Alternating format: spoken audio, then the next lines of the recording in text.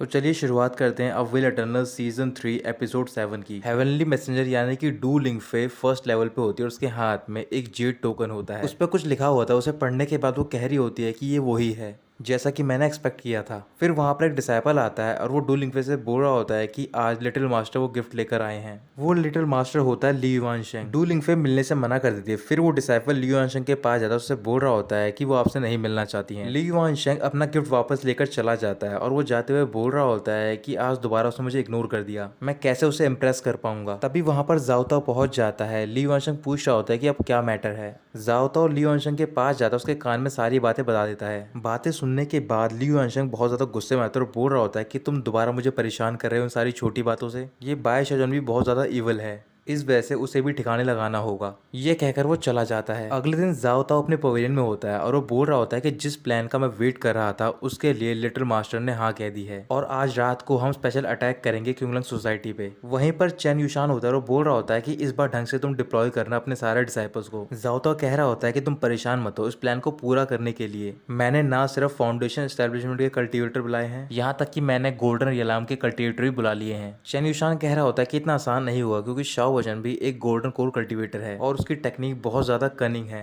जाओता कह रहा होता है कि तुम बहुत ज्यादा चिंता करते हो, भले ही शाह वचन गोल्डन रियलाम का कल्टीवेटर है लेकिन जो हमारे सेट के मेन डिसाइपल है उनकी कॉम्बैट पावर बहुत ज्यादा है। शाह वचन तो उनके सामने टिक भी नहीं पाएगा। इससे फर्क नहीं पड़ता कि वो जितना मर्जी कैपेबल हो, आज रात उसकी मौत होगी। शाह वचन किंगलॉग क्लब में होता है और वहां पर कल्टीवेट कर रहा होता है। शाह वचन एक न्यू टेक्निक को कल्टीवेट कर रहा होता है। कल्टीवेट करने के बाद वो एक किक मारता है। वो किक इतनी पावरफुल होती है कि वो एक वॉल को ब्रेक कर देती है और आगे जाकर जितने भी वहां पर डिसाइपल होते हैं वो सारे बर्फ में जम जाते हैं। ये देखने के बाद शाह वचन बोल रहा होता है कि ये टेक्निक काफी यूनिक है क्योंकि अभी तक मैंने सिर्फ अपने एक काफ को ही कंडेंस किया है। अगर मैंने इसकी स्पीड और पावर को डबल कर दिया तो फिर मुझे कोई भी नहीं रोक पाएगा जो मुझे नुकसान पहुंचाएगा। फिर शाह वचन देखता है कई सारे डिसाइपल बर्फ में जमे हुए होते हैं, इस वजह से वो उन सबसे माफी मांगता है। उसी टाइम शुबाकोई वहां पर आता है और बोल रहा होता है कि तुम्हारी पावर पहले से भी ज्यादा बढ़ गई है। शाह वचन उससे पूछ रहा होता है कि तुमने मुझे कैसे ढूंढा। शुबाकोई कह रहा होता है कि मैं तुम्हें नहीं ढूंढ रहा हूँ बल्कि वो पर्सन ढूंढ रही है जो कह रही है कि वो क्यूंगलंग सोसाइटी के लीडर की वाइफ है। दूसरी ओर क्यूंगलंग सोसाइटी के पवेलियन के अंदर मास्टर डिवाइनर होता है। फिर वहां पर पहले वाला लीडर आता है और वो बोल रहा होता है कि मैं यहाँ पर उस पर्सन को लेकर आ गया हूँ। मास्टर डिवाइनर कह रहा होता है मैं देखना चाहता हूँ कि किसने ये क्लेम किया है कि वो हमारे यंग मास्टर की बीवी है। मास्टर डिवाइनर उसे देखता है और बोल रहा होता है कि वो भी इसे जानता है। मास्टर डिवाइनर मुस्कुराने लग जाता है और बोल रहा होता है कि यंग पेट्रैक आप हमसे कौन सी चीजें छुपा रहे हो। और शाह वचन अपने पवेलियन में बैठा होता है और वो बोल रहा होता है कि ये कौन पर्सन है जिसके पास इतना कॉन्फिडेंस है और वो कह रही है कि वो मेरी वाइफ है। शाह वचन के सामने एक बहुत ही बड़ी वुडन पार्टीशन वॉल रखी हुई होती है। फिर वहां पर मास्टर डिवाइनर और जो भी डिसाइपल होते हैं वो उस पर्सन को लेकर पहुंच जाते हैं। शाह वचन शुबाकोई से कह रहा होता है कि मैं उस पर्सन से नहीं मिलना चाहता, इस वजह से देखो कि वो कौन है। शुबाकोई देखकर हैरान होता है और बोल रहा होता है कि ये बिल्कुल परफेक्ट है, अगर मैं सही से कहूँ तो फिर आपकी जो ओल्ड स्वीट हार्ट है वो वापस आ गई है। शाह वचन सोचने लग जाता है। फिर उसे याद आता है कि ब्लड सिम्पैक्ट में एक बहुत ही मोटी लड़की उसके पीछे पड़ गई थी, कहीं ये वही तो नहीं है। शाह वचन घबरा जाता है और वहां से जा रहा होता है। शुबाकोई उसे रोकता है। फिर शाह वचन कह रहा होता है ये कोई मजाक की चीज नहीं है। तभी वो पार्टीशन वॉल गिर जाती है। फिर वहां पर चेन मेन्यों पहुंच जाती है और बोल रही होती है कौन कह रहा है कि मैं मजाक कर रही हूँ। फिर वो अपने बाल संवारते हुए शाओचन से कह रही होती है क्या तुम मुझे इतनी जल्दी भूल गए हो। शाओचन बोलता है चेन। ये सुनते ही चेन मेन्यों उसके करीब जाती है और बोल रही होती है कि हमारा ऐसा रिलेशनशिप है, तुम मुझे चैन चैन बोल सकते हो, इसी वजह से तुम्हारे सबऑर्डिनेट को नहीं पता मेरे बारे में कि मैं तुम्हारी वाइफ हूँ। शाह वचन चौक जाता और बोल रहा होता है कि क्या सिचुएशन है, तुम ऐसे कैसे लॉजिकली एक्ट कर रही हो। ये कहकर वो शुबाकोई की तरफ देख रहा होता है। शुबाकोई कह रहा होता है कुछ गलत तो नहीं है, लेकिन उस रात जब हम सेक्ट छोड़ने वाले थे तुम दोनों साथ में थे एक बोट पर। फिर मास्टर डिवाइनर कहता है कि शायद तुम उसी दिन कपल बन गए हो, तुमने कुछ ऐसा किया हो। चैन मेन्याओ धीरे से शाओचन से बोलती है मुझे माफ़ कर दो, मुझे पता है जो मैं कर रही हूँ ये काफ़ी एम्बैरेसिंग है लेकिन मुझे ये एक्ट करना होगा। शाओचन बोल रहा होता है कि मैं इस बारे में कुछ भी नहीं कर सकता हूँ। फिर शाओचन मुस्कुराकर कहता है कि मैडम तुम अपनी ट्रैवलिंग से वापस आ गई हो, तुमने बहुत सारी चीज़ें मिस कर दी हैं लेकिन तुम ये देखो एम्पायर मैंने तुम्हारे लिए कॉन्कर किया है, क्या तुम खुश हो अब। ये देखकर लॉन्ग सान और जो लीडर होता है वो बहुत ज़्यादा खुश हो रहे होते हैं और कह रहे होते हैं कि हमें भी शादी करनी है। तभी शाओचन उनसे कहता है कि मैं अपनी वाइफ से बात करना चाहता हूँ, तुम दोनों यहाँ से चले जाओ। फिर वो वहाँ से चले जाते हैं। उनके जाने के बाद शाओचन पूछ रहा होता है क्या तुम किसी परेशानी में हो। चैन युशान ब्लश करते हुए बोल रही होती है कि मैं अपनी ट्रैवलिंग के लिए गई थी और इसी वजह से मुझे एक आइडेंटिटी चाहिए थी जिसके लिए मुझे कवर मिल सके, साथ ही मैं तुमसे मिलना चाहती थी क्योंकि मुझे तुम्हें एक अर्जेंट न्यूज़ देनी है, आज रात को तुम पे अटैक होने वाला है। शाओचन सरप्राइज नहीं होता और बोल रहा होता है कि फाइनली वो आज होने वाला है। रात को फाउंडेशन एस्टेब्लिशमेंट के कई सारे डिसाइपल वहां पर पहुंच जाते हैं शाओजन पर अटैक करने के लिए, लेकिन जैसे ही वो उसके रूम में जाते हैं वहां पर कोई भी नहीं होता। फिर वो वापस जा रहे होते हैं, लेकिन शाओजन ने वहां पर उनके लिए कई सारे ट्रैप सेट किए होते हैं। वो ट्रैप में फंस जाते हैं। फिर वहां पर क्यूंगलॉन्ग क्लब के कई सारे डिसाइपल आते हैं और वो उनसे फाइट करना स्टार्ट कर देते हैं। क्यूंगलॉन्ग सोसाइटी के डिसाइपल्स ने उन सबको पकड़ लिया होता है। फिर वहां पर चेनमन्या होती है और बोल रही होती है, तुम सबको पता है कि एक दूसरे को मारना यहाँ पर मना है, उसके बावजूद तुम यहाँ पर आए ट्रबल क्रिएट करने के लिए। वो डिसाइपल मुस्कुराने लग जाता है। फिर उन पर एक बहुत ही पावरफुल अटैक होता है। इसके बाद वहां पर चेन युशान पहुंच जाता है गोल्डन कोर कल्टीवेटर्स के साथ। ये देखकर लीडर कह रहा होता है कि गोल्डन कोर कल्टीवेटर यहाँ पर तो नहीं होने चाहिए। फिर चेन युशान सबको ऑर्डर देता है कि वो एक साथ इन सब पे अटैक करें। वो सारे फाइट कर रहे होते हैं। चेन मन्या और चेन युशान से फाइट कर रही होती है। फिर चेन युशान कह रहा होता है कि आज क्यूंगलॉन्ग सोसाइटी का अंत है और तुम अकेली मुझे नहीं रोक पाओगी।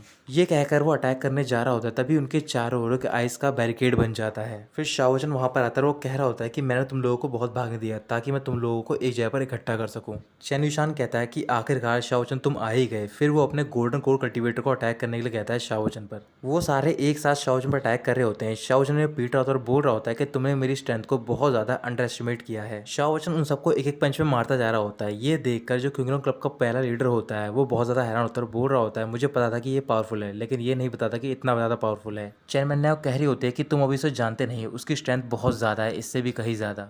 सारे गोल्डन कोर कल्टीवेटर को पीटने के बाद फिर चेन युशान से फाइट करने के लिए जाता है। शाओजन अपनी अशरा बॉडी को समन करता है और एक बहुत ही पावरफुल किक मारता है चेन युशान के पेट पर और सीधा जाके नीचे गिरता है। वो नीचे गिरने के बाद चेन युशान खड़ा होता है और बोल रहा होता है कि कितना टाइम हुआ है, तुम्हारा कल्टीवेशन दोबारा बढ़ गया है। शाओजन भी नीचे आता है और उस पर आइस से अटैक करता है। आइस ने चेन युशान को जकड़ लिया होता है। चेन युशान बोल रहा होता है कि तुम भी तो गोल्डन कोर कल्टीवेटर हो, तुम हमसे ज्यादा कैसे स्ट्रॉन्गर हो सकते हो। शाओजन कह रहा होता है कि तुम मुझसे कंपैरिजन नहीं कर सकते हो, क्योंकि जो मैंने ट्रेनिंग ली है वो लाइफ एंड डेथ में ली है। ऐसे ही कहते कहते चेन युशान पूरा बर्फ में जमते जा ही रहा होता है, तभी उसका मास्क टूटता है और शाओजन कहता है, मैं जानता हूँ तुम हो ये चेन युशान।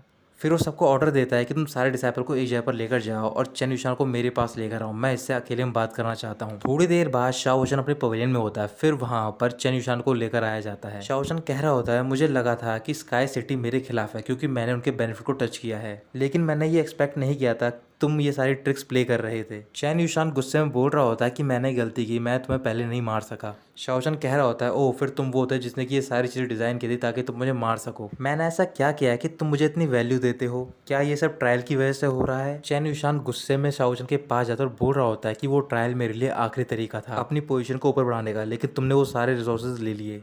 शाओजन कह रहा होता है, सर मेरी कोई गलती नहीं है कि तुम वीक हो, तुम उस दिन नहीं लड़ पाए, बाकी जितने भी वहां पर थे वो तुमसे ज्यादा स्ट्रांग थे, इस वजह से तुम हार गए। चेन युशान चिल्लाकर बोल रहा होता है कि तुम ये मत सोचो कि तुम जीत गए हो, अगर ऐसा होता तो फिर तुम यहाँ पर नहीं आते। शाओजन बोल रहा होता है, मुझे फर्क नहीं पड़ता कि मैं जहाँ भी जा रहा हूँ, मैं अपनी स्ट्रेंथ के जरिए रिसोर्सेज को ऑब्टेन कर सकता हूँ और साथ ही मैं रिस्पेक्ट को भी अर्न कर सकता हूँ। चेन युशान मुस्कुराकर बोल रहा होता है कि तुम सपने देख रहे हो, क्योंकि कई सारे लोगों की नजर तुम पे है, वो लोग बहुत ज्यादा पावरफुल हैं और उनके लिए इतना आसान है तुम्हें क्रश करना जितना की चींटी। शाओजन बोल रहा होता है कि भले ही चींटियां स्मॉल होती हैं लेकिन वो रेजिस्ट कर सकती हैं। इसके बाद चेन मन्या वहां पर आती है और बता रही होती है कि लॉ एनफोर्समेंट हॉल यहाँ पर आ गया है। चेन युशान बोल रहा होता है कि शाओजन अब देखो तुम कैसे फिनिश हो जाओगे। फिर वो सारे डिसाइपल के साथ बाहर जाता है अपने डोर पर। वहां पर लॉ एनफोर्समेंट हॉल का लीडर आता है और बोल रहा होता है कि किसी ने खुलेआम वॉयलेट किए हैं सेट के रूल्स, साथ ही में कई सारे डिसाइपल का मर्डर भी किया है, इस वजह से हम उसे अरेस्ट करने के लिए आए हैं। शाओजन लीडर से बोल रहा होता है कि वैसे तुम नॉर्थ सिटी में आते नहीं हो वीकेंड्स पे, लेकिन तुम आज पहुंच गए हो।